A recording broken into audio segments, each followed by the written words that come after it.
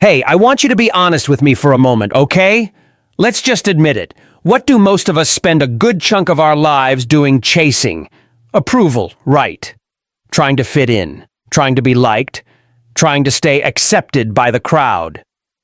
That hunger for validation, that desperate need to have our worth affirmed by others, it's a powerfully draining force, isn't it? We're constantly looking outward, scanning to see what others think, watching their reactions, and calibrating ourselves to fit this pressure. It costs so much energy, so much peace, right? But here's the fascinating thing. The moment you dare to stop trying to please everyone, the moment you dare to turn your focus inward, everything dramatically shifts. You stop begging for external validation and start building inner power. When you focus on you, your mind sharpens, your peace deepens, and your clarity becomes unshakable. You know what? This is how real leaders are made. The alternative? Ignore yourself, and you'll stay in the passenger seat forever at the mercy of everyone else's opinion. You'll constantly seek direction from outside, swayed by public opinion, letting your feelings ride the roller coaster of how others see you, but own yourself. Nothing can shake you. The strongest minds aren't built in the chaos of the crowd. They're forged in silence. In the next few moments, you're going to understand exactly why. The more you focus on yourself, the stronger your mind, your life becomes. When you focus on yourself, you shift from being a passenger in life to becoming its driver. This isn't just a poetic metaphor. It is a fundamental law of achievement. Most people live reactively. They are pulled by distractions, bent by opinions, and steered by the noise of the world. They hand over the steering wheel of their life to circumstance, waiting for approval, waiting for direction, waiting for luck. But there is a rare type of person. Someone who makes a decision to turn inward, to focus the lens entirely on their own thoughts, beliefs, and actions.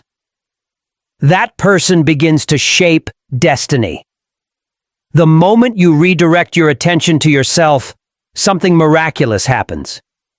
You start to see. Not the mask you wear to fit in. Not the illusion you've built to please others, but the raw, unfiltered truth. The potential waiting to be activated. You begin to see your patterns, how you respond under pressure, the way you talk to yourself, how you treat your own dreams. And in seeing those things, you gain what few possess: clarity. Clarity leads to control. And control is the first brick of power. When you control your thoughts, your responses, your energy, you become immune to chaos. You stop absorbing other people's anxiety. You stop reacting to every spark thrown your way. You begin to move with purpose, guided by something stronger than mere impulse that, my friend, is when your strength becomes visible. The Bible offers timeless counsel in Proverbs 4:23. Guard your heart with all diligence, for from it flow the springs of life. Your heart, your inner world, is the source from which all things flow. If your inner world is confused, your outer life will be chaotic. If your mind is scattered, your results will be the same. But when your inner world is guarded and focused, your outer world reflects order, power, and peace. Florence Nightingale understood this principle. Born into privilege, she could have remained comfortably silent. Society expected her to host parties, marry well, and remain in the shadows, but she listened. Inward, not outward. She felt a divine call to serve, and that inward focus gave her the courage to walk into war hospitals, to defy bureaucracy, and to revolutionize medicine. If she had listened to the noise of the world would have remained noisier, sicker, more chaotic. But because she focuses inward, she brought healing outward. And now it's your turn. You have a destiny that cannot be discovered externally. It must be unlocked from within. The strongest people you admire didn't get there by luck or validation. They turned their focus inward, identified what needed to grow, what needed to die, and what needed to be built. Then they worked silently, consistently, with fierce intention. So start now. Begin by noticing where your attention goes. Are you always watching others? Are you always reacting? Or are you shaping yourself each day? The world doesn't need another person trying to please the crowd. The world needs you. Clear, focused, powerful. Your strength begins with your attention, and the moment you direct it inward, you stop being a passenger in life. You take the wheel, you drive. To focus on yourself, it doesn't mean to be selfish. It means to be strategic. It means you understand that if the foundation is weak, the entire structure will crumble. The world will often call you self-centered for stepping away to rebuild yourself. Let them talk. What they call selfish is in truth sacred. For the person who does not take care of their inner world will soon have nothing of substance to offer the outer world. We live in a culture that celebrates the grind and glorifies exhaustion. People wear burnout like a badge of honor. But the truth is simple. You cannot pour from an empty cup. When you are drained, you operate from survival, not vision. You make decisions based on fear instead of faith. But when you focus on nourishing yourself, spiritually, emotionally, mentally, you operate from overflow. Your relationships deepen. Your influence expands. Your energy becomes magnetic because your foundation becomes unshakable. In Philippians 4:13, Paul declares, "I can do all things through Christ who strengthens me." Yet that strength is not a magical burst. It is built like steel forged in fire. Your inner power grows through challenge, repetition, and intentionality. Strength is not something you wait to feel. It's something you create by consistent choices. You train your mind. You condition your responses. You refuse to bow to distraction. That is how focus becomes your weapon. George Washington. Carver was not handed a throne. He built one with dirt beneath his feet. Born into slavery, given little access to education, he rose to become a scientific innovator and a force of nature in agriculture. Not because the world cleared a path for him, but because he created his own. He invested in knowledge. He preserved his energy for creation, not complaint. And because he focused on growth, the world had no choice but to take notice. You must do the same. Every day you're given two choices. Scatter your energy outward, trying to be everything for everyone, or direct your energy inward, fortifying the person who can impact everything. When you train your body, you're not just building muscle, you're building discipline. When you read, you're not just consuming facts, you're expanding your world. When you say no to something that drains you, you say yes to something that builds you up. Focus isn't selfish. It is sacred stewardship of your potential. And do not misunderstand. This path is not easy. Distractions will scream. People will doubt you. Guilt may try to creep in. But remember this. Greatness demands separation before elevation. You cannot rise while entangled in everything and everyone. Strategic focus requires boundaries, and boundaries are the birthplace of strength. Your life is a field. You can sow seeds of distraction or you can sow seeds of destiny. The harvest you receive depends on where you choose to pour your time, energy, and attention. So, plant wisely, protect your ground, water the roots of your mind with intention. Because the moment you stop trying to fix everything around you and start focusing on what lies within you, become unstoppable. Focus isn't a limitation. It is the key to multiplication. Use it wisely. Let it guide you because through it your greatness walks. Most people spend their lives facing outward trying to fix others, win arguments or chase after applause. They measure their value by external reactions, spending precious energy trying to shape opinions that were never theirs to hold. But the truth, though uncomfortable, is liberating. The only person you can truly change is you. Real transformation doesn't begin with the world. It begins with self-mastery. Imagine standing in the middle of a storm. The winds roar. The rain beats down. You cannot silence the thunder or calm the sky. But you can build a ship, one strong enough to carry you through it. That ship is your mind, and the material it is built from. Focus, discipline, inner clarity. You cannot control the chaos outside, but you can conquer the chaos within. Romans 12:2 gives us a blueprint. Do not conform to the pattern of this world, but be transformed by the renewing of your mind. The world's pattern says react, retaliate, respond to noise with more noise. But transformation demands that you renew daily, intentionally, persistently. You do not drift into clarity. You focus into it. Harriet Tubman is a living testimony to the power of internal mastery. She did not ask for permission. She did not wait for applause. She listened, inward. She trusted divine whispers more than public opinion, and because she mastered herself, her fear, her focus, her faith, she led others to freedom. She walked through danger with a spirit trained in solitude. That's what you must become a leader. Not because you crave attention, but because your inner fire lights the path for others. You are not battling the world. You are battling the noise within you. The self-doubt, the fear of rejection, the addiction to praise. You must break those chains. And they are chains. Make no mistake. Distraction tells you to scroll instead of study. Doubt tells you to quit before you begin. Validation tells you to shrink your voice until others approve. But focus tells a different story. Focus whispers, go inward. Focus invites you to silence the outer world so you can strengthen your inner one. And here's the beautiful result. When you master yourself, you move differently. You walk into rooms with an energy that shifts the atmosphere. Not because you're loud, but because you're anchored.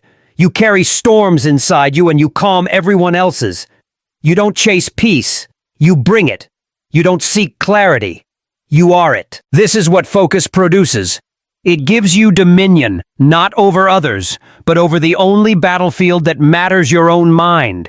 And from that dominion you gain the power to influence not through force, but through presence. Not through noise, but through alignment. So stop obsessing your life, trying to change what is not yours to change. Withdraw your energy from criticism, comparison, and chaos, and reinvest it into mastery.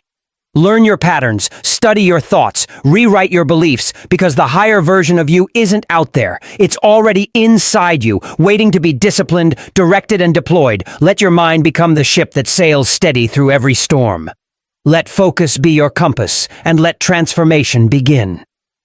Not someday, but today. Every time you choose discipline over comfort, you cast a vote for your future self.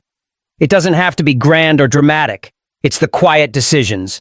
The 5 a.m. wake-up, the salad instead of sugar, the extra hour studying while others sleep, that forge the life you desire. Discipline is not a punishment. It's a passport. Every small act of discipline lays a brick, and while the world may not see what you're building, heaven does. More importantly, you do. The structure is invisible at first, but the stronger it grows, the more unshakable you become. Comfort is seductive. It tells you, rest now. Skip today. Just this once. But the price of comfort today is regret tomorrow. You must build with intention. And when the temptation comes to take the easy path, remember, you're not building for now. You're building for what's next. Your future self is counting on you. Matthew 7:24 speaks of the wise man who built his house upon the rock. The rains came down, the streams rose, and the winds blew and beat against that house, yet it did not fall, because it had its foundation on the rock. That's what focus on yourself creates, a rock beneath your feet, a mind anchored in conviction, a life that doesn't fall apart in storms. You don't escape life's challenges. You endure them because your structure is solid. Booker T. Washington understood this truth. Born into slavery, he didn't have privilege or access, but he had will. He walked miles just to reach education. He scrubbed classrooms just to stay enrolled. He became a student when others said he shouldn't, and then he became a teacher when others said he couldn't. He didn't wait for the world to change. He built strength in silence, brick by brick, lesson by lesson, sweat by sweat. He didn't need ideal conditions. He needed consistency. And so do you. You don't need the perfect gym, the perfect mentor, the perfect moment. You need one choice, one commitment, one step forward, repeated again and again until momentum takes over. Strength is not built in moments of ease. It is forged in fire. In the reps you push through when no one is watching. In the nights you stay disciplined while others indulge. In the decisions that make no noise but change everything. Don't worry if no one notices your discipline. Don't expect applause. The strongest foundations are underground. The deepest roots are hidden. Your effort is not in vain. One day when the storms of life come, and they will come, you will stand firm while others crumble. Not because you're lucky, but because you're built. Every act of self-discipline is a declaration. You're telling the world, I am not here to be shaken, I am here to be steady. You're declaring war on weakness. You're declaring love for your future. And every brick matters. So today, choose the hard path, the lonely road, the early alarm, the quiet grind. Because that's where transformation lives. That's where greatness begins. And when the flood comes, when the wind howls, when the world trembles, your house will still be standing. Why? Because you built it right. Silence isn't empty. It's full of answers. But you will never hear them if you keep running from yourself. In this modern world, noise has become the addiction of the anxious. People fear silence because it forces them to listen to their doubts, their regrets, and their unlived dreams. But if you're brave enough to sit in stillness, you'll hear something far more valuable. Clarity. The strongest minds are not built in chaos. They're forged in solitude. It is in the quiet that the storm within is calmed. The world will try to convince you that success requires hustle every moment, that movement equals progress. But true elevation begins when you learn to pause, not to numb, but to be still and aware.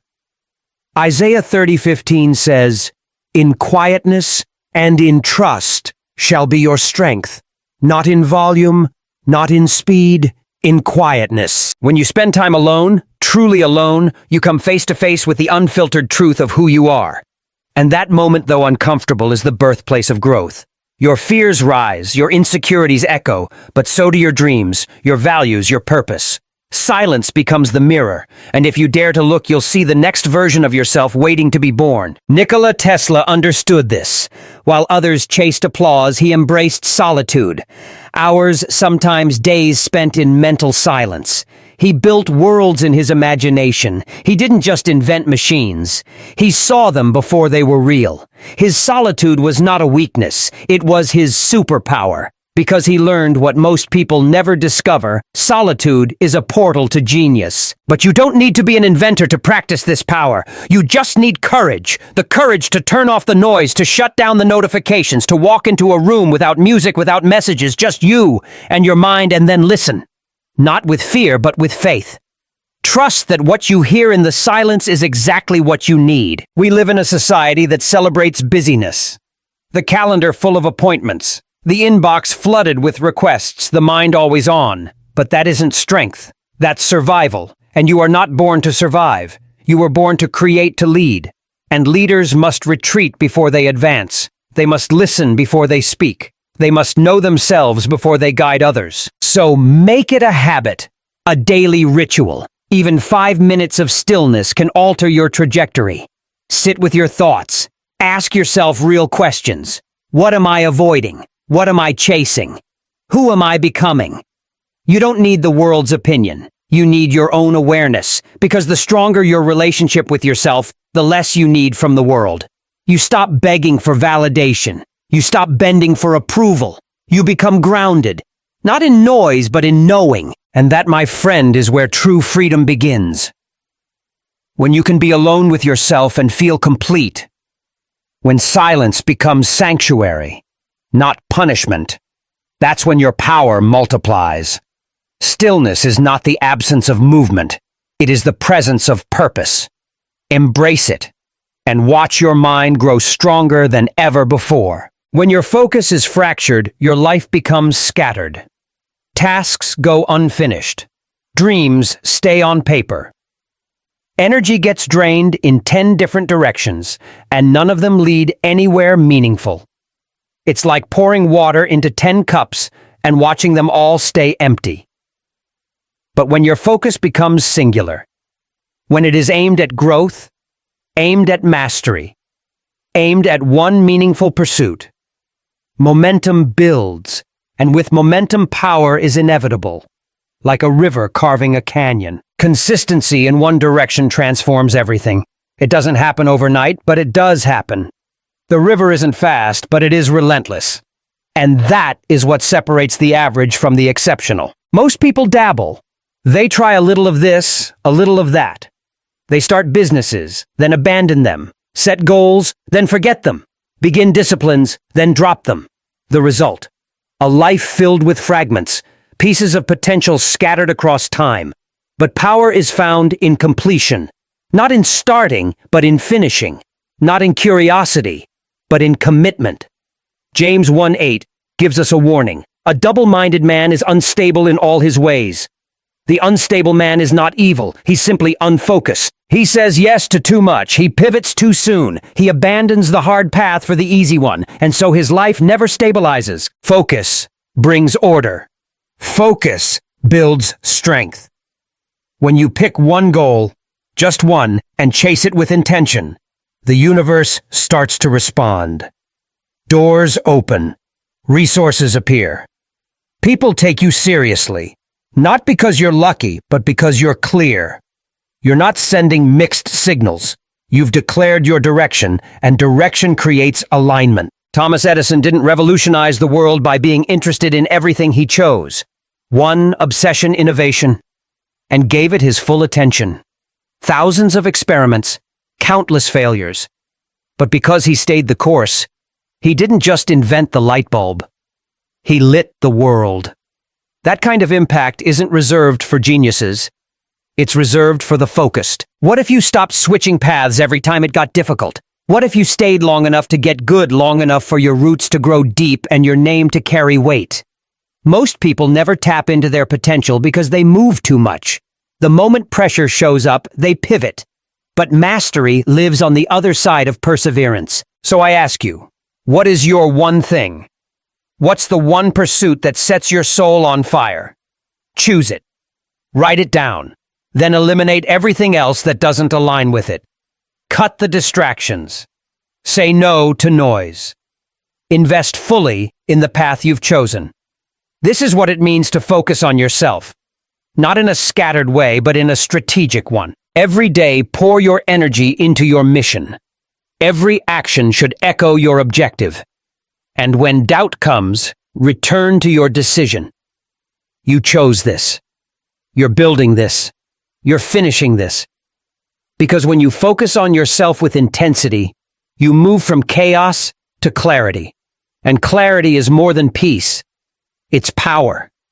It's the soil where results grow, where confidence builds, where transformation begins. Choose your target lock, stay steady, and watch the world begin to move in your favor. You must learn to protect your focus like a fortress.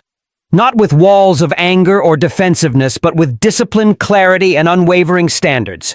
Your attention is your most valuable currency, and not everyone deserves to spend it. Each day, the world will throw demands your way. Messages to respond to, arguments to settle, distractions to chase.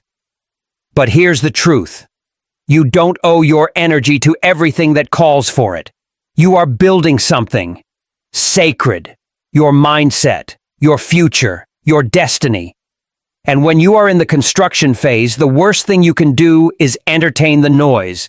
Every distraction pulls bricks out of the foundation you're trying to lay, and too many lost bricks, the entire structure crumbles. Nehemiah 6:3 reveals the mindset of a man locked into purpose. He said, "I am doing a great work, so I cannot come down." That single sentence is a shield.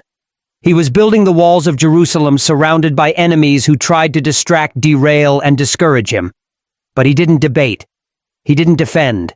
He simply stayed focused. That's the energy you need. You are doing a great work. Maybe your great work is healing. Maybe it's launching a dream. Maybe it's becoming someone your family can depend on. Whatever it is, don't come down. Don't lower your energy to match the chaos around you. Don't dilute your purpose to win approval or avoid criticism. Stay at your post. Keep laying bricks. Not every battle is yours to fight. Not every opinion is worth your response. And not every invitation deserves a yes. You must build filters for your focus. Ask yourself, does this align with my mission? If the answer is no, Walk away. Silence is not weakness, it's wisdom. Protect your peace like you would guard a treasure, because that's exactly what it is. Every time you say no to something that doesn't serve you, you say yes to something that does.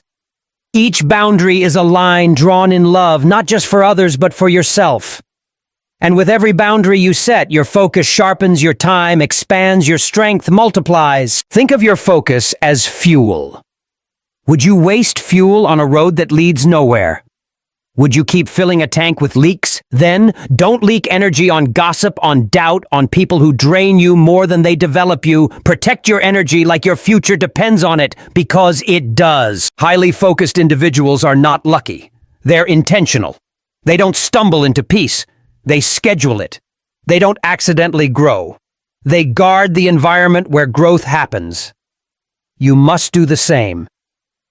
Create sacred space in your life where distractions are not allowed to enter.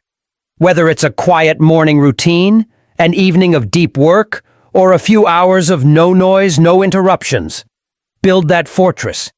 And then watch how fast your life begins to change. Because the moment you become protective of your focus, your energy returns, your mind clears, your pace quickens, and your results, they multiply. You are doing a great work. Do not come down. To focus on yourself is to become brutally honest. No more sugarcoating, no more denial, no more pointing fingers. This is the moment you step into the mirror and face the truth. Not the truth about others, but the truth about you. Growth doesn't begin with positivity. It begins with truth. It begins when you drop the excuses and say, "This is on me." Truth is not always pleasant, but it is liberating. John 8:32 says, "Then you will know the truth, and the truth will set you free." Notice the order. You must know it before it frees you, and knowing it means being willing to see the parts of yourself you've tried to hide. The laziness you blamed on exhaustion, the bitterness you blamed on betrayal, the mediocrity you blamed on circumstance. Truth says, own it. Most avoid this because truth is painful. It scrapes away your illusions. It removes the comfort of blame. It exposes the lies you've wrapped around your failure to make it more bearable. But here's the good news. Pain isn't the end, it's the beginning. Because once you admit what's broken, you can begin to build truth. Tears down illusions, yes, but it also builds foundations, solid ones. Andrew Carnegie didn't become the king of steel because the world handed him power. He came to America with nothing, poor, unconnected, but he refused to stay a victim. He took ownership. He didn't complain, he studied, he didn't wish, he worked, he didn't wait, he built, day by day, brick by book, sacrifice by sacrifice. And that's what launched him to greatness. He didn't rewrite history by hiding from truth. He used truth as his launch pad. You must do the same. And it begins by asking hard questions. What excuses am I still making? Where have I been lying to myself? What parts of my life have I outsourced to blame instead of responsibility?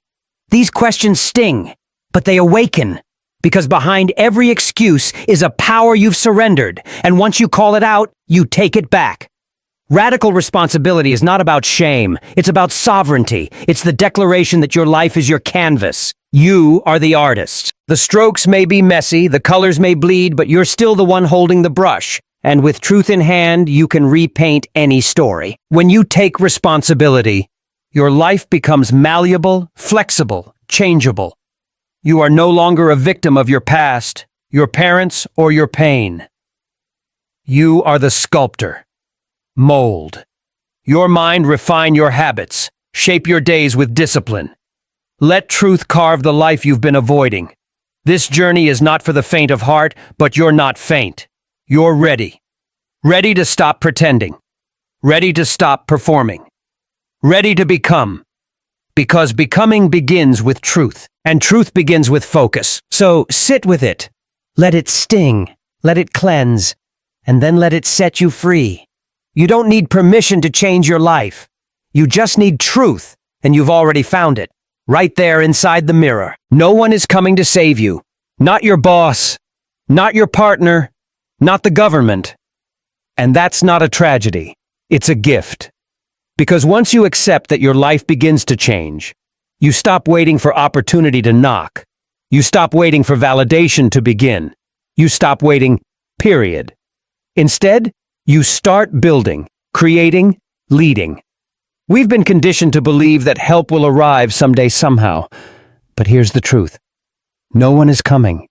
You are the answer to your own prayer. You are the rescue plan. You are the breakthrough you've been hoping for. Psalm 121, 1-2 offers this declaration of faith. I lift up my eyes to the mountains. Where does my help come from? My help comes from the Lord. Yes, divine help is real. But notice something powerful. This help is activated by faith in motion. It meets you on the path, not on the couch. It empowers your effort. God won't write your business plan or lift your weights, but He will strengthen you as you do it. Faith without movement is fantasy. Madame C.J. Walker, born to parents who had been enslaved widowed by age 20, a single mother working as a laundress for $150 a week. She had every reason to wait for someone to rescue her. But she didn't. She took ownership. She saw a need in the marketplace, hair care products for black women, and turned her pain into a purpose. With no roadmap, no investors, and no guarantees, she built a business empire. She became the first female self-made millionaire in America. Not because the world opened the door, but because she kicked it down. That is what it means to focus on yourself, not out of selfishness, but out of intention. You stop outsourcing your destiny. You stop thinking someone else will bring you the life you dream of. You realize, this is on me.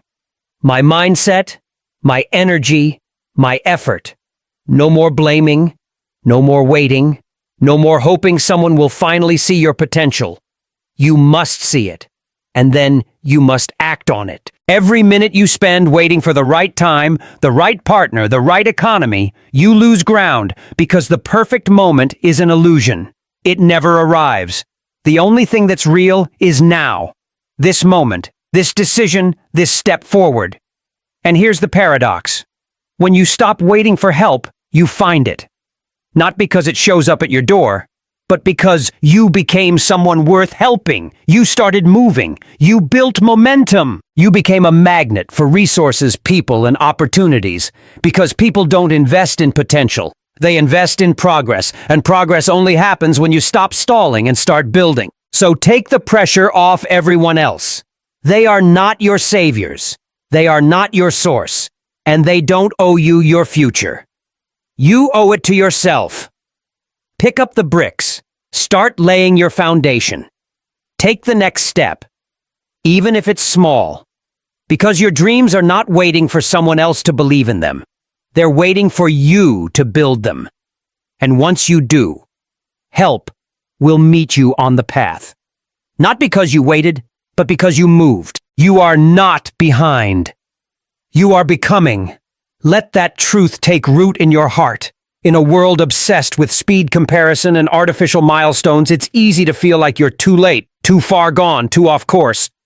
But you are not late. You are in process, and your process has purpose. Comparison is the thief of peace. It pulls your eyes from your own soil and plants them on someone else's harvest. You see their bloom, but not their planting, their glory, but not their grind. You measure your worth by timelines that were never yours to follow.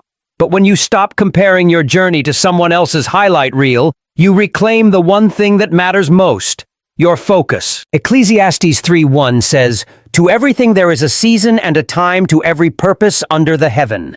That includes your season, your purpose, your breakthrough. But just as fruit doesn't appear the day after a seed is planted, neither does transformation.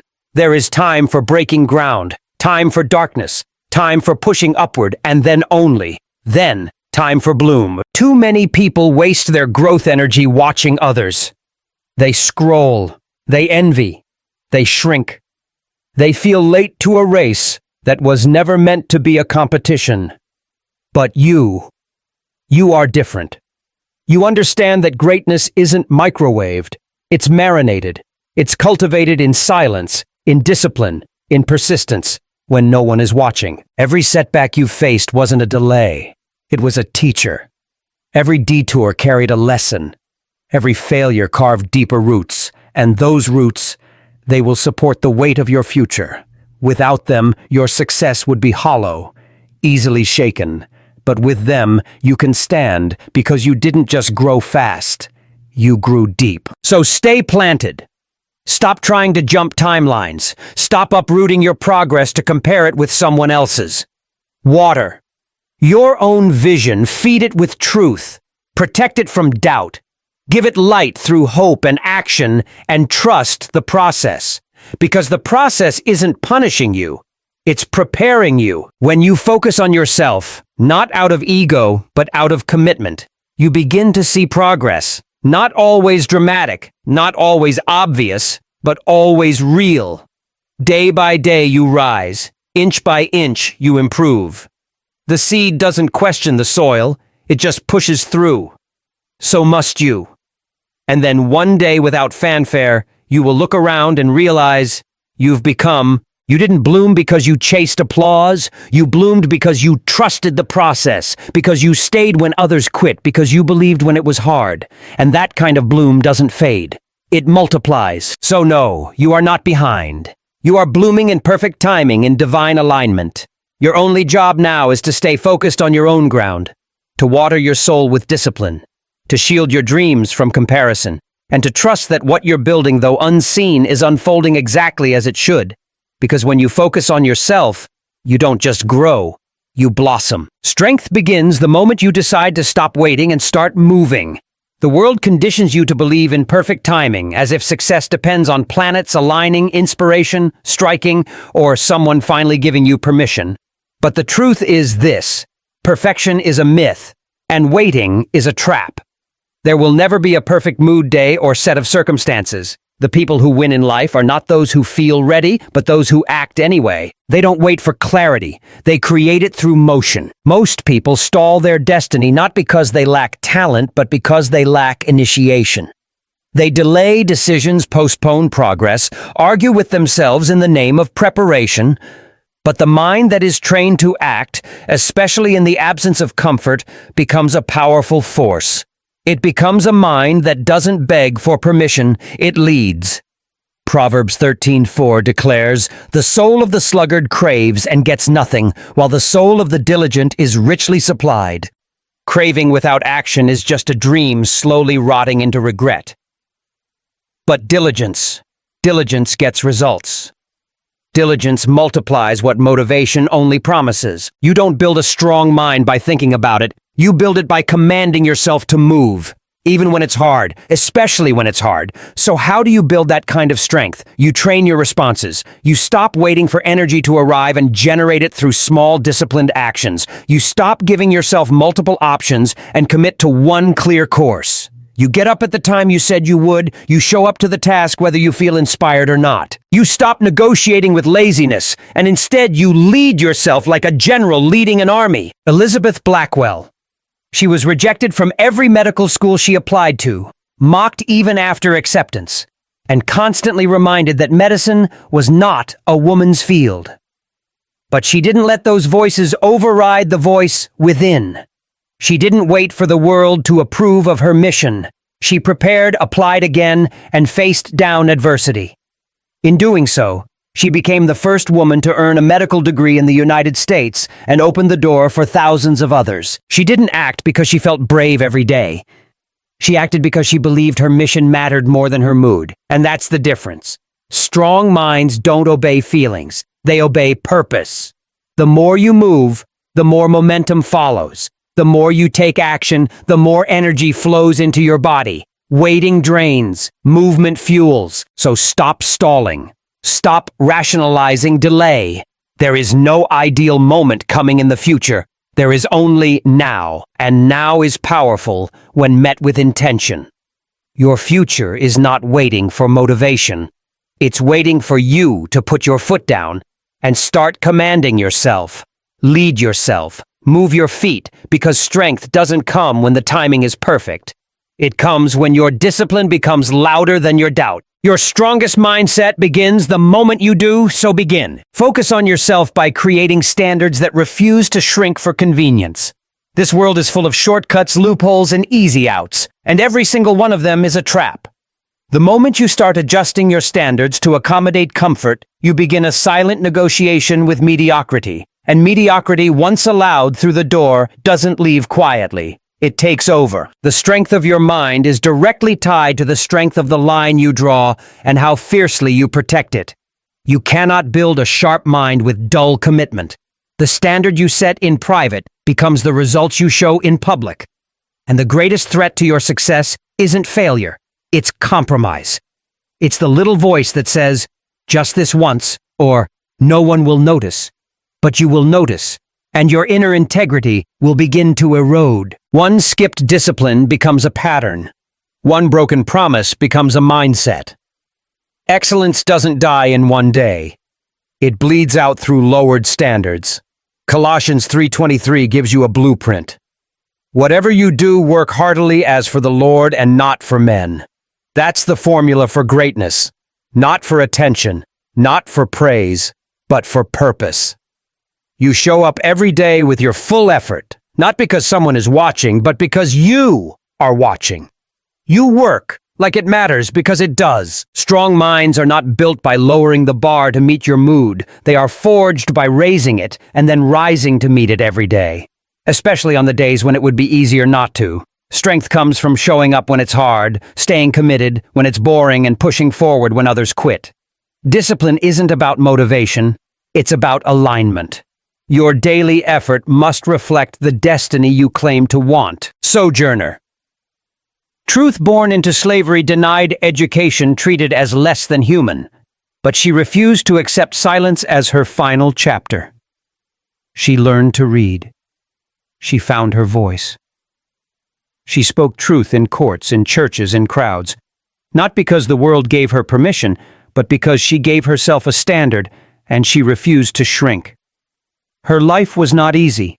Her path was not straight, but her standards were unshakable. She did not bend to fear. She rose in power. And generations were changed because of it. You must do the same.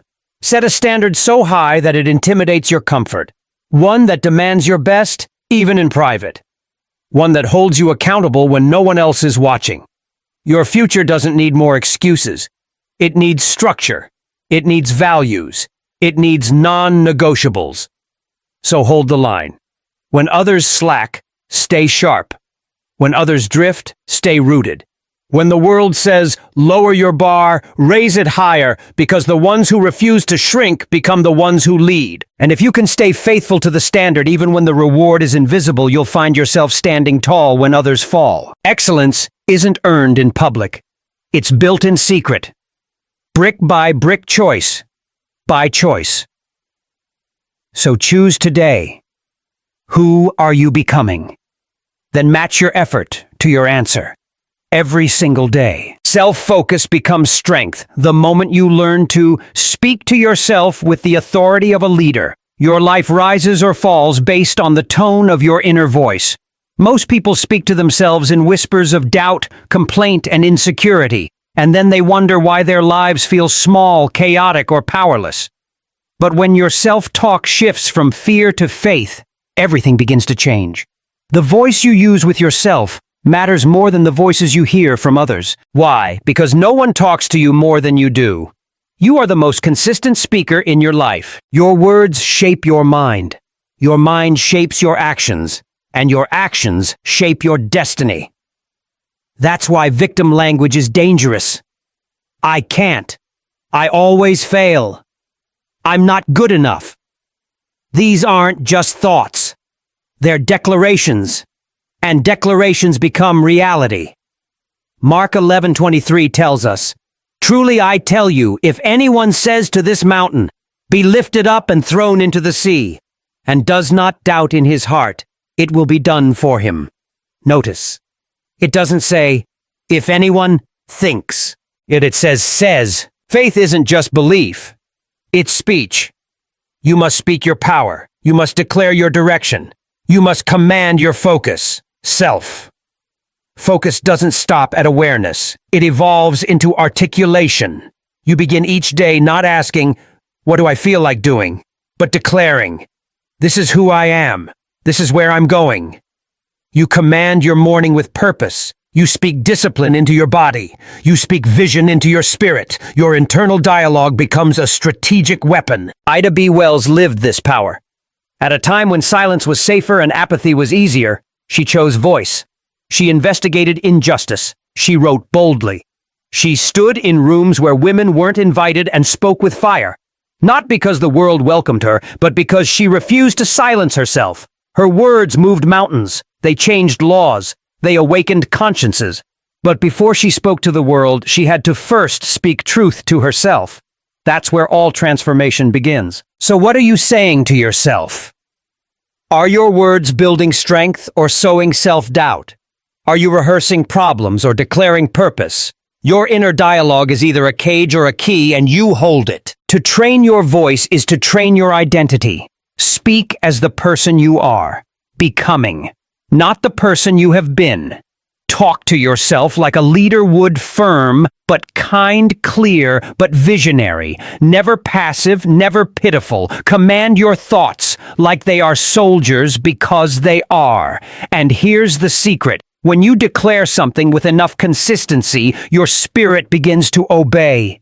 Your body aligns, your choices follow, your mind stops resisting and starts reinforcing. Action flows from affirmation. Speak excellence, speak boldness, speak integrity. Say what you seek and then step into it, because your voice isn't just for others. It's for you. It's the steering wheel of your focus, the volume knob of your belief, and the echo chamber of your destiny. Lead yourself with words that lift.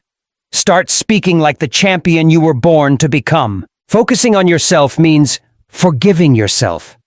This isn't weakness. It's wisdom. Because until you release what's behind you, you'll never reach what's ahead. So many people are stuck not because of a lack of talent, but because they're tangled in their own past, not moving forward because they haven't let go. Shame doesn't just haunt you, it halts you. It freezes the potential that's trying to rise in you. Regret replays, guilt repeats, and every time you relive the mistake, you reinforce its weight. But the truth is this: you are not your past decisions, you are your next decision. And the faster you accept that, the freer your mind becomes. You cannot lead yourself with chains on your feet. You must break them. 1 John 1:9 offers divine clarity. If we confess our sins, he is faithful and just to forgive us. That's not a maybe. That's a promise. Grace isn't earned, it's accepted. And once accepted, it's meant to empower, not enable guilt. Forgiveness isn't forgetting, it's releasing. Releasing the need to punish yourself. Releasing the habit of replaying failure. Releasing the belief that you are less because of what you did. The strongest minds are not those who have never failed, but those who no longer live in the failure. Those who have chosen to learn from it, grow through it, and rise beyond it. You cannot build your future in the ruins of yesterday. That's why self-forgiveness is not optional. It's foundational. Clara Barton, founder of the Red Cross. When reminded of someone who had wronged her deeply, she famously responded, "I distinctly remember forgetting that." She made a decision not to erase the past, but to stop reliving it. She didn't let criticism reroute her mission. She stayed focused. And because of that, she changed the world. Imagine if she had chosen shame instead of strength, silence instead of service. We would have lost a legacy. You must do the same. Stop keeping records of your mistakes like trophies. Stop making your past the anchor to your present. You are not your worst moment. You are what you do. Next, that's where your power lives. To forgive yourself is to lead yourself. It's to say, yes, I fell, but I've also risen. It's choosing to put your energy into correction, not condemnation. Learn from it. Apologize if needed. Repent with sincerity, and then release it. There is no growth in guilt. There is only stagnation. And understand this: the faster your mind lets go, the stronger it becomes.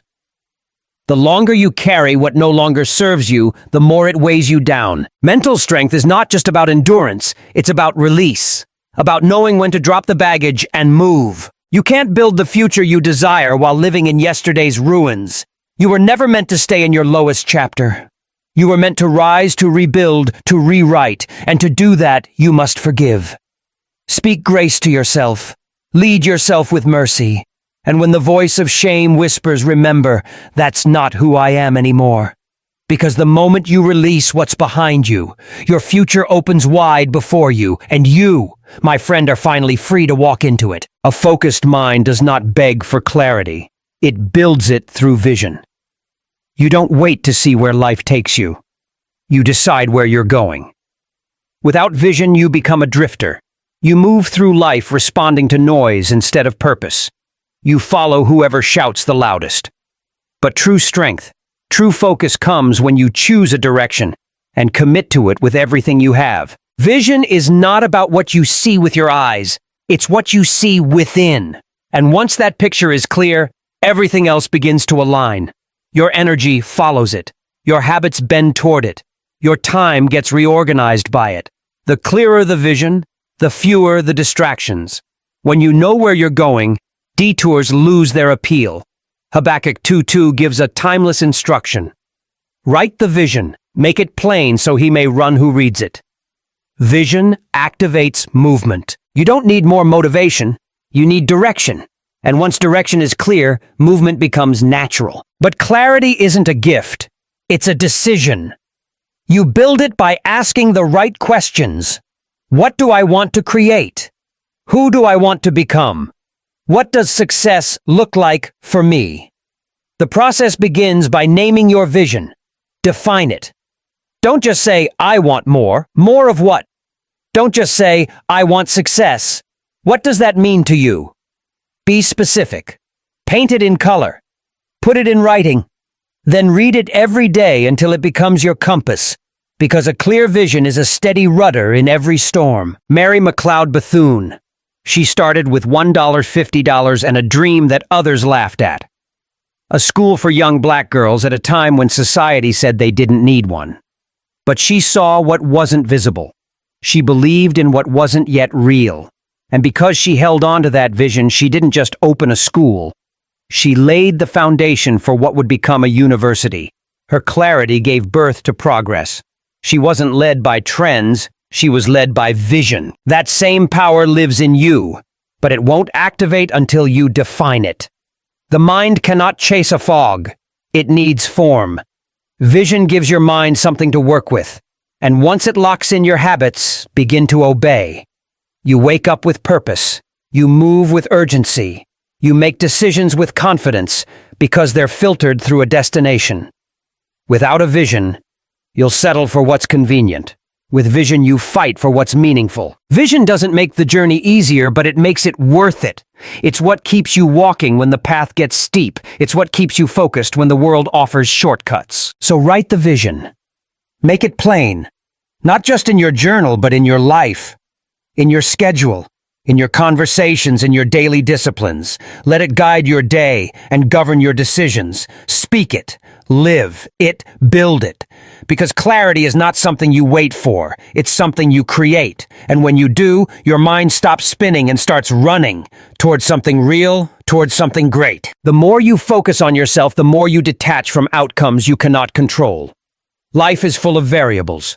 Timelines that shift. Results that delay. People who disappoint. And when your peace depends on outcomes, you become a prisoner to the unpredictable. But when your peace is rooted in preparation, you find strength even in the storm. You cannot control the weather, but you can build a ship that sails through it. This shift is critical. Most people exhaust their energy trying to predict or manipulate the future. They ask, when will it happen? How will it happen? And the more they fixate, the more they lose momentum. But peace is not found in answers. It's found in action. You build peace like you build muscle. One focused repetition at a time. Matthew 6:34 offers a profound reminder. Do not worry about tomorrow. Each day has enough trouble of its own. Worry does not prevent the storm. It simply weakens your ability to face it. Your job is not to control tomorrow. Your job is to master today.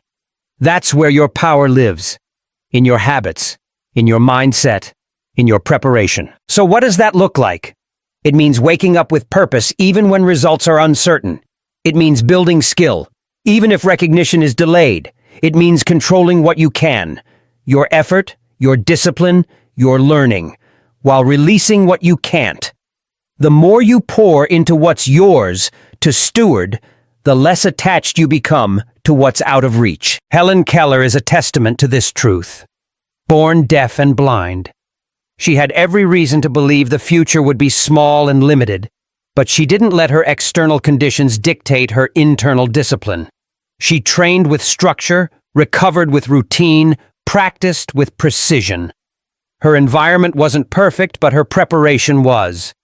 And because of it, she became the fastest woman in the world. Wilma Rudolph lived this truth. Born premature and diagnosed with polio, she had every reason to believe the future would be small and limited. But she didn't let her external conditions dictate her internal discipline. She trained with structure, recovered with routine, practiced with precision. Her environment wasn't perfect, but her preparation was, and because of it, she became the fastest woman in the world. Wilma didn't win with talent alone. She won with order. Her daily rhythm was built around improvement. Every move she made aligned with her goal. And when race day came, she wasn't hoping. She was ready. That's what order gives you. Readiness. You don't fear the opportunity. You face it with calm confidence. The same is true for you. You may not control every circumstance, but you do control the atmosphere you build around you. You can choose what stays and what goes. You can decide whether your environment lifts your focus or limits it. So build a space where discipline can breed, where goals are visible, where energy isn't spent, finding things or fixing distractions, but focused on executing your mission. Create surroundings that remind you who you are and where you're going. Because when your world reflects intention, your mind becomes a weapon of purpose. You think with clarity. You move with speed, you act with precision, and you rise because discipline isn't just in your actions, it's in your atmosphere. Clean it, organize it, structure it. Then watch how everything around you starts reflecting the power already inside you. Focus on yourself by creating rituals that rewire your identity. The truth is simple and inescapable. You are not your intentions. You are your repetition. Most people try to change their lives by changing their goals. But goals don't shape you. Habits do. Every action you repeat becomes a thread in the fabric of who you are. And over time, those threads form an identity. This is why rituals matter. They aren't just routines, they are statements. Every time you wake up early, every time you crack open a book, every time you pause to reflect, you're declaring, "This is who I am becoming." You're training your brain, shaping your character, and setting your standard. What you do daily is what you believe inwardly. And what you believe inwardly becomes the life you live outwardly. Galatians 6:7 reminds us, "A man reaps what he sows." It doesn't say wants or wishes. It says sows. That means what you plant through repeated action is what you harvest later. Sow effort, reap strength. Sow discipline, reap mastery. Sow laziness, reap regret. The future is not something you stumble into. It's something you sow into every single day. You don't need more motivation. You need stronger rituals. Habits that anchor you in progress. Practices that pull you forward when emotions try to pull you back. And these rituals don't have to be dramatic. Small steps done consistently become the staircase to your highest self. Juliette Gordon. Lowe understood this. She didn't wake up extraordinary. She became it. She took a small gathering of girls and transformed it into the Girl Scouts, an organization that has impacted millions. How? Through structure. Through rituals of learning, leadership, and service. She sowed vision into the lives of young women through repeated meaningful action. She didn't just talk about growth. She organized it. You must do the same. Build your day around who you want to become. Wake up early, not to prove a point, but to win the morning. Read deeply, not to pass time, but to sharpen thought. Reflect honestly, not to dwell on failure, but to gather wisdom. These rituals become your rope, And that rope pulls your dreams from the clouds of intention into the soil of reality. When you skip your ritual, you lose traction. You spin in cycles of wishful thinking and self-doubt. But when you stay committed to them, even when it's hard, you build a rhythm of transformation. You no longer ask, "How do I change?" You become change, one action at a time. So write down your rituals. Protect them. Tie your identity to them. Let them be your compass on the days you feel lost. Because when your life is anchored to intentional habits, even your worst day moves you forward. You don't need to be perfect, you need to be consistent. Identity is not found, it's forged. Through fire, through focus, through ritual. Start planting, start pulling. And soon you'll find yourself becoming the person your dreams have been waiting on. The more you focus inward, the less approval you need. Outward. This is not arrogance, it's alignment. Because once you know who you are, you stop negotiating your worth in rooms that can't recognize it. Most people dim their light to make others comfortable. They shrink their truth. They mute their voice. But you were made not to fit the room. You were made to transform it. Seeking validation is one of the greatest traps of potential. It keeps you looking outward when your power lives inward. It makes you a mirror, reflecting whatever others project instead of a light source that shines regardless of who's watching. But when you begin to validate yourself, the sting of criticism softens, the pull of applause weakens. You no longer need a crowd to feel confident. You walk in your own certainty. Galatians 1:10 draws a hard line. If I were still trying to please men, I would not be a servant of Christ. That verse isn't just spiritual, it's strategic. You cannot lead your life while constantly adjusting to please others. The path of purpose will always require disappointing some people, but better to disappoint others than to betray yourself. You must build your identity inward, not on compliments, not on someone else's idea of success. Your identity must be rooted in values, forged in solitude and reaffirmed through consistent action. Because when it comes from within, no outside force can take it away. Frida Kahlo. She lived in a time and body that made expression difficult, yet she didn't dilute herself. She didn't ask permission to paint her pain or filter her feelings. Her art was her truth, and her truth was non-negotiable. Critics came. Some mocked her. Some misunderstood her. But none of that changed the intensity of her fire. She didn't wait to be accepted. She created something the world couldn't ignore. You must do the same. You don't need to become louder. You need to become clearer. Clear on who you are. Clear on what you believe. Clear on the life you're building. The more certain you are inside, the less you depend on applause outside. When you validate yourself, everything shifts. Your walk carries authority. Your voice doesn't crack under judgment. Your boundaries become firmer and you stop apologizing for existing in full color. This doesn't mean you ignore wisdom or feedback. It means you filter it through identity, not insecurity. So, how do you start? Begin by reminding yourself daily of what makes you valuable. Not because of your achievements, but because of your essence. Speak truth over yourself before the world speaks lies. Affirm your worth. Stand by your conviction. Walk into rooms like someone who doesn't need to be chosen because you already chose yourself. Don't shrink. Don't bend. Don't trade your depth for someone's shallow approval.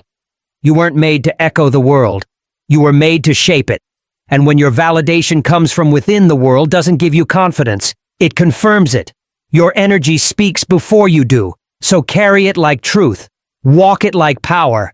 And know this, the more you focus inward, the more the world starts to reflect who you really are. Focusing on yourself isn't a phase.